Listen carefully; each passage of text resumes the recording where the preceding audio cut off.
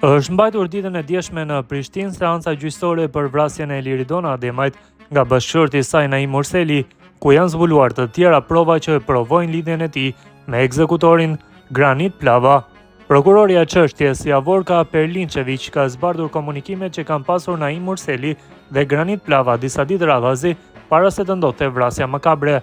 Para trupit gjykues, ajo ka prezantuar prova edhe se si natën e vrasjes Granit Plava kishte qenë prezent në të njëjtin restorant me Naim Murselin dhe familjen e tij. Prova tjetër është për thirrje telefonike nga telefonat e të pandehurit nga Granit Plava dhe Kushtrim Kokalla, të cilët kanë qenë të qasshme, pasi të gjithë e dim që dy telefonat e Naim Murselit dhe të ndjerës Liridona Murseli janë zhdukur në mënyrë misterioze atë natë kur ka ndodhur rasti.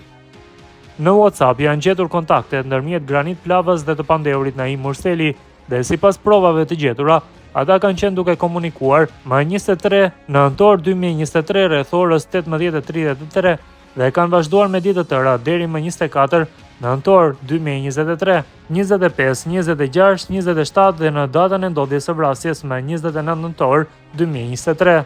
I pandehuri Naim Murseli ka dërguar një mesazh Granit Plavës ku shkruaj: "Shok, sigurisht që kryhet nesër", atë ka thënë shtëpia për para dite. Pas kësaj ndërmjet të pandehurve, ka vazhduar edhe thirrja me telefon dhe thirrja e fundit, e cila është këmbyer mes tyre, ka ndodhur ndërmjet rrjetit social WhatsApp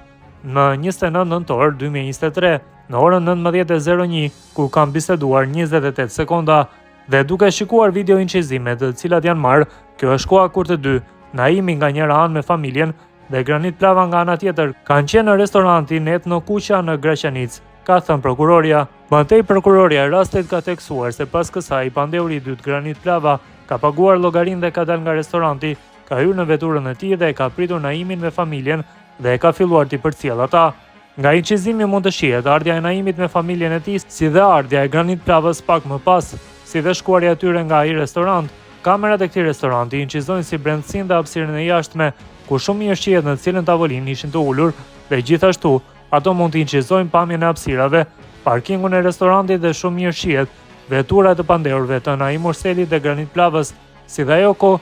kur Granit Plava ishte dalë i pari nga ai restorant dhe ka pritur në veturën e tij që të dalë Naimi me familjen e vet, dhe pasi ata janë nisur me veturë, ky i ka ndjekur nga pas. Po ashtu mësohet se prokuroria ka zbuluar se është gjetur edhe gëzhoja e plumbit që u shkrep ndaj Liridonës, ndërsa shtoi se do të administrohet si provë nga gjykata. Gjatë vrasjes së Liridona Ademajt është shkrepur një plumb dhe që është gjetur gëzhoja e atij plumbi, i propozoi gjykatës që të vazhdojë me administrimin e këtyre provave, ka shtuar prokuroria.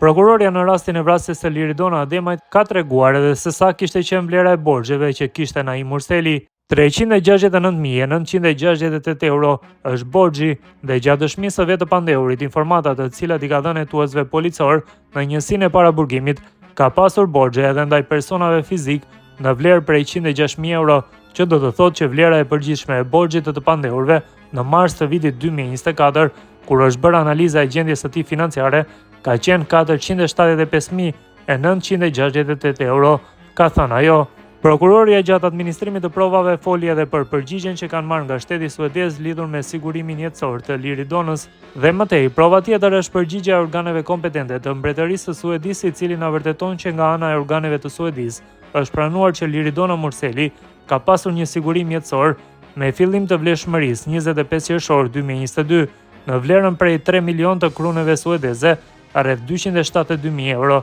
në të cilat nuk është cekur vazhduesi i përfitimit të sigurimit në rast të humbjes së jetës, dhe në këto raste, sipas ligjit, nëse nuk ka vartës pas vdekjes së saj, shfrytëzuesi do të ishte bashkëshorti, ka thënë mëtej prokuroria.